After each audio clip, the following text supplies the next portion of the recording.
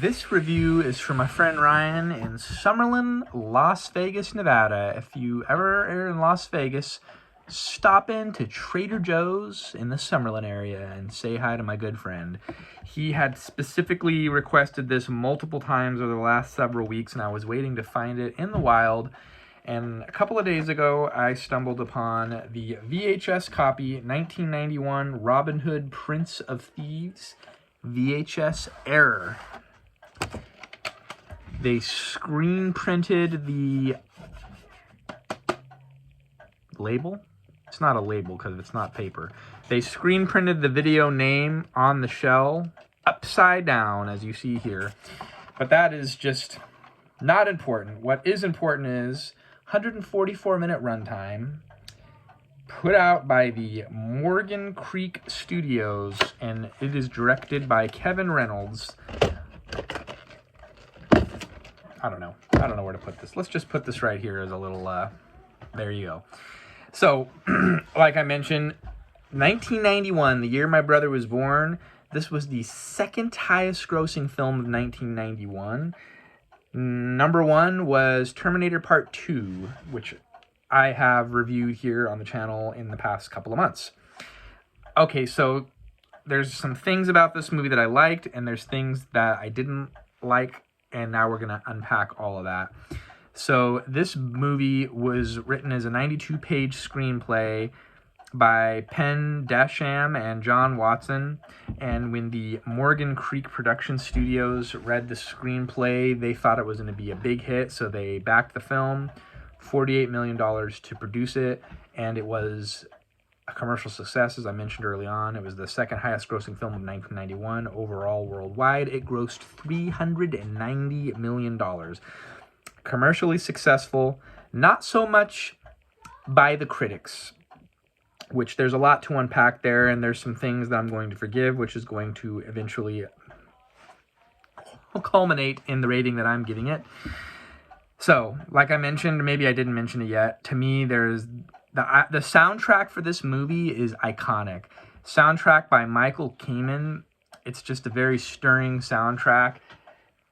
It was like the soundtrack that I wanted in the movie like Ford versus Ferrari. Completely different movie, but you know, if you saw the review that I did on that, I feel like the soundtrack would make or break a picture or make it better and push it over into a higher bracket of rating. This movie pushed my rating up because the soundtrack. Kevin Costner. This movie was a Kevin Costner movie. He was Hollywood gold. This movie had a very tight shooting schedule. He shot, which I've also reviewed this on the channel, Dances with Wolves, this movie, and JFK back to back to back with not really any breaks. So his character as Kevin Costner plays Robin Hood. He, and everybody's English. He wanted to have an English accent, but Kevin Reynolds, the director, he had worked with him on Dances with Wolves and a couple of other films, I guess, and they really got along together. He felt like it would be a distraction, plus the tight shooting schedule didn't allow him to get a voice coach to really prep for that accent.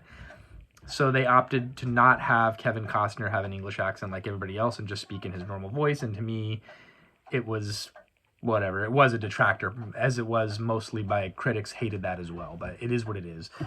That being said, when the studio initially offered this role to Kevin Costner, he said no until he found out that Kevin Reynolds was going to direct, and that was a friend of his. So then he ended up starring in the film. And, you know, all-star cast, you got Morgan Freeman playing his Arab friend. I just reviewed my last review. I reviewed Color of Money with Mary Elizabeth Mastrantonio. I can't pronounce it. It's a long Italian last name, all right? Give me a break. I'm not a linguist.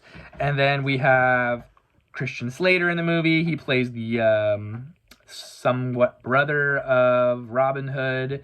Spoiler alert.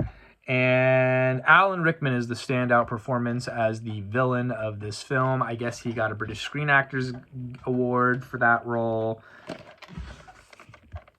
Those of you who love him from the Harry Potter films or even Die Hard, excellent role for him. I've never seen the Harry Potter films. Maybe I'll have to get into those and review them all like I did the Lord of the Rings movies.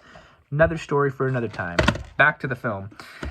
So this was a very tight schedule. A lot of people felt like the script could have been better, and there was a lot of criticism for the flow of the film. It was good, but to me, it just didn't push me over the edge into the higher ratings that I wanted it to have, because there were such iconic actors in the movie. Set design, production, it was shot on location in France and the UK.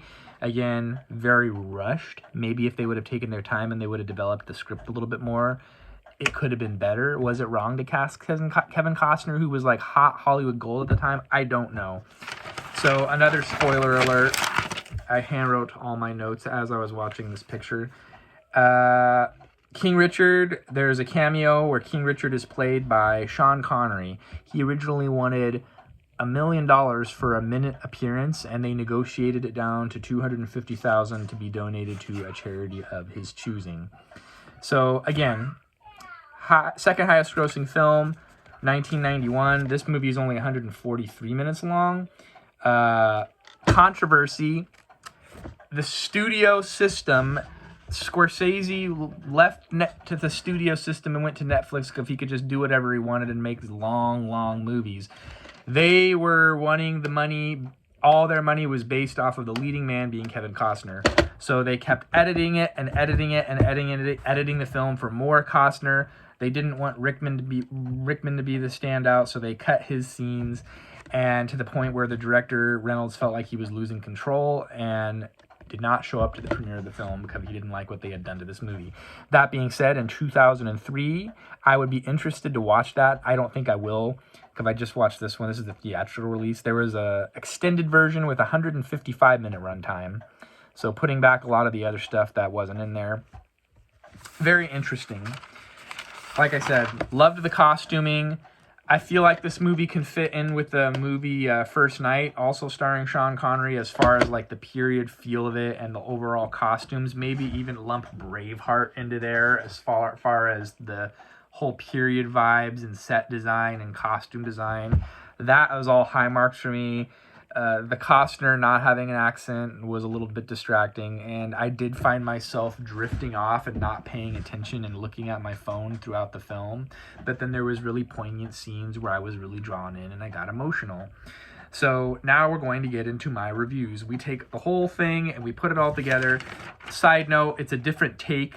The studios kind of wanted to get away from that Errol Flynn idea of Robin Hood, and they kind of made Robin Hood come from royalty, and then he went off to the Crusades and then returns back as becomes kind of more of a man of the people, as it were. So it's a different take than what had been done before.